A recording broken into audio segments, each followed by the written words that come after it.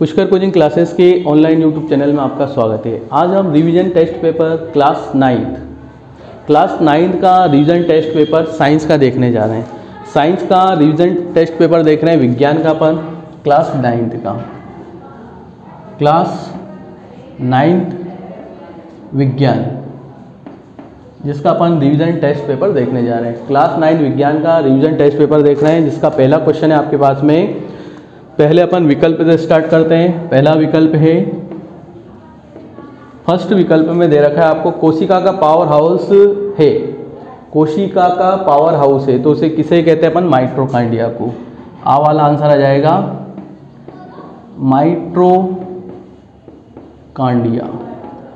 कोशिका का power house किसे कहा जाता है? माइटोकॉन्ड्रिया को कहा जाता है। कोशिका का पावर हाउस किसे कहते हैं? माइटोकॉन्ड्रिया को कहते हैं।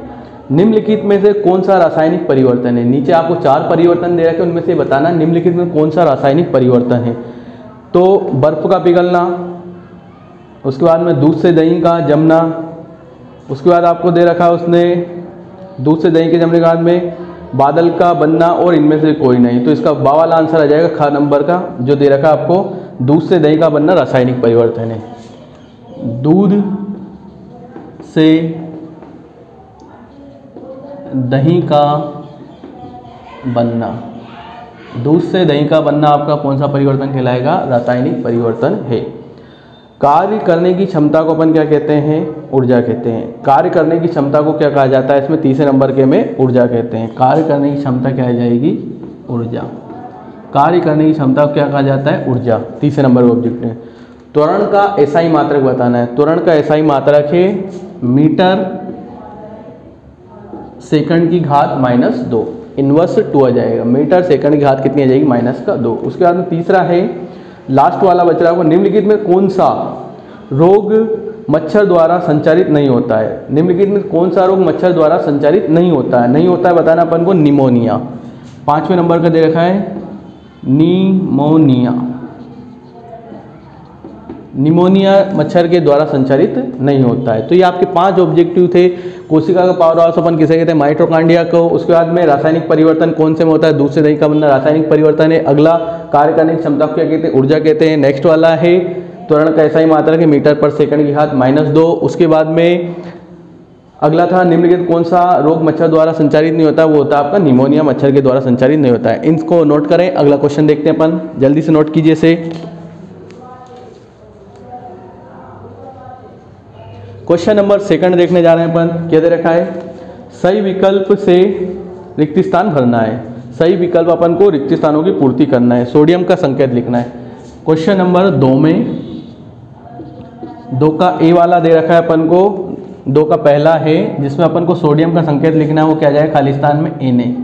सोडियम का संकेत कितना है? Na। दूसरा नंबर, खाली स्थान में द्वार कोशिकाएं होती है तो रंध्र में, किस में होती है द्वार कोशिकाएं? रंध्र में, रंध्र आ जाएगा, रंध्र में द्वार कोशिकाएं होती है। तीसरा, वेग परिवर्तन की दर को क्या कहते हैं अपन? त्वरण कहते हैं। वेग परिवर्तन की दर को त्वरण कहा जाता है। चौथे नंबर का, बल का एसआई मात्रक लिखना है। चौथे नंबर में न्यूटन है। बल का एसआई मात्रक न्यूटन है। और 5वां है आपके पास में, जल का क्वथनांक कितना होता है? 100 डिग्री सेल्सियस। जल का क्वथनांक कितना होगा? 100 डिग्री सेल्सियस। 5 खाली स्थान से पहला खाली स्थान बताया मैंने आपको, सोडियम का संकेत Na होता है। खाली स्थान में द्वार कोशिका होती है, रंध्र में द्वार कोशिकाएं होती है। उसके बाद में तीसरा नंबर का, वेग परिवर्तन की दर को क्या कहते हैं? त्वरण कहते हैं। वेग परिवर्तन की दर को त्वरण कहा जाता है। बल का एसआई मात्रक कितना है? न्यूटन है। बल का एसआई मात्रक क्या है? न्यूटन है। उसके बाद में जल का क्वथनांक कितनी डिग्री है? 100 डिग्री सेल्सियस है। जल के क्वथनांक में क्या जाएगा? 100 डिग्री सेल्सियस। ठीक है, क्वेश्चन नंबर 2 हो गया। अब अपन क्वेश्चन नंबर देखते हैं 3, सही जोड़ी मिलाइए। क्वेश्चन नंबर 3 देखना है आपको, सही जोड़ी मिलाइए। पहला न्यूटन, पहले में क्या दिया अपन को? न्यूटन दिया है। तो न्यूटन को अपन किससे मिलाएंगे? गति के नियम। न्यूटन में क्या जाएगा? सही लिख रहा हूं मैं यहाँ पे, गति के नियम। न्यूटन में क्या जाएगा? गति का नियम। दूसरा, कोशिका भित्ति। दूसरा सही जोड़ी आपके कोशिका भित्ति, तो इसे अपन किससे मिलाएंगे? पादप कोशिका से। कोशिका भित्ति मिलेगी आपकी पादप कोशिका। कोशिका भित्ति को मिलाना है आपको पादप कोशिका से। कोशिका भित्ति किससे मिलेगी? आपकी पादप कोशिका से। उसके बाद में थर्ड प्रकाश संश्लेषण। प्रकाश संश्लेषण किस में आएगा? तीसरे नंबर का प्रकाश संश्लेषण आएगा हरित लवक। किस में आएगा प्रकाश संश्लेषण? हरित लवक। प्रकाश संश्लेषण का क्या हो जाएगा आपके पास में? हरित लवक। चौथा लोहे में जंग लगना। लोहे में जंग लगना कैसा परिवर्तन होगा? रासायनिक परिवर्तन। रासायनिक, लोहे में जंग लगना रासायनिक परिवर्तन। लोहे में जंग लगना क्या जाएगा? रासायनिक परिवर्तन। उसके बाद में पांचवा कोशिका की खोज किसने की थी? रॉबर्ट हुक ने। कोशिका की खोज किसने की थी? Robert Hooke. कोशिका की खोज की थी रॉबर्ट हुक ने। देखो पहली जोड़ी थी आपकी न्यूटन। न्यूटन को मैंने मिलाया गति के नियम से। उसके बाद दूसरी कोशिका भित्ति, पादप कोशिका आएगा। तीसरे नंबर प्रकाश संश्लेषण, हरित लवक। चौथे नंबर पे लोहे में जंग लगना, रासायनिक परिवर्तन। और पांचवा कोशिका खोज किसने की है? रॉबर्ट हुक ने कोशिका की खोज की। अब अपना लास्ट क्वेश्चन बच रहा है, क्वेश्चन नंबर 4, ऑब्जेक्टिव वाला क्वेश्चन नंबर 4 तो बच रहा है। इनको नोट कर लीजिए जल्दी से। मैं ऑब्जेक्टिव का आपका 4th नंबर क्वेश्चन बताने जा रहा हूँ, जल्दी कीजिए।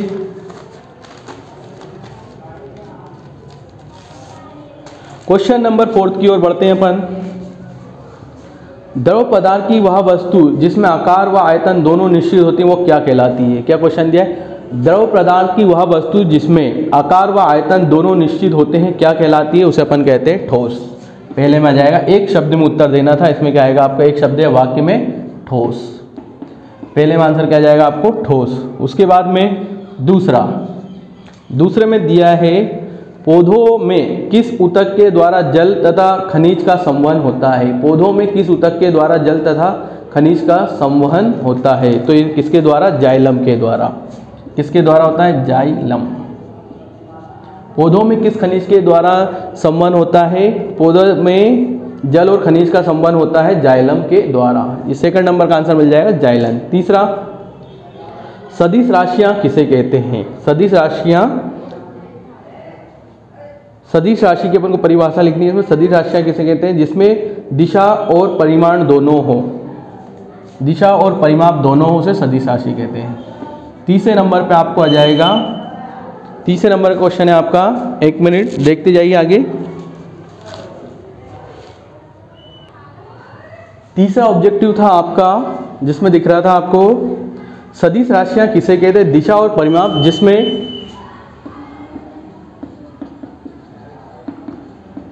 दिशा और परिमाप, दिशा और परिमाप दोनों हो, उन्हें अपन क्या कहते हैं? सदिश राशियां। परिमाप या यहाँ पे परिणाम भी हो सकता है। वह राशियां जिसमें दिशा और परिमाप दोनों की बात हो उसे अपन क्या कहते हैं? सदिश राशि कहते हैं। उसके बाद में 4th नंबर है संवेग क्या है? 4th नंबर में क्या बताना आपको? संवेग क्या है? तो द्रव्यमान और वेग के गुणनफल को संवेग में लिखना आपको। द्रव्यमान और वेग के गुणनफल को, द्रव्यमान और वेग के गुणनफल को संवेग कहते हैं। द्रव्यमान और वेग के गुणनफल को संवेग कहते हैं। द्रव्यमान और वेग के गुणनफल को क्या कहा जाता है? संवेग कहा जाता है। संवेग की परिभाषा हो जाएगी, द्रव्यमान और वेग के गुणनफल को संवेग कहते हैं। पहला मैंने आपको बता दिया, वह पदार्थ द्रव्य की वह अवस्था जिसमें आकार और आयतन दोनों होता है ठोस कहलाता है। पौधों में किस ऊतक के द्वारा जल व खनिज का संवहन होता है? जाइलम के द्वारा होता है। उसके बाद में प्रोटीन, लास्ट वाला, प्रोटीन का संश्लेषण कोशिका में कहाँ होता है? तो राइबोसोम में। 5वां नंबर क्वेश्चन है आपका, प्रोटीन का संश्लेषण कहाँ होता है? राइबोसोम में। कहाँ पे होता है प्रोटीन का संश्लेषण? राइबोसोम में। प्रोटीन का संश्लेषण कोशिका में कहाँ होता है? राइबोसोम में होता है। ठीक है, ये आपके 5 आंसर हो चुके हैं।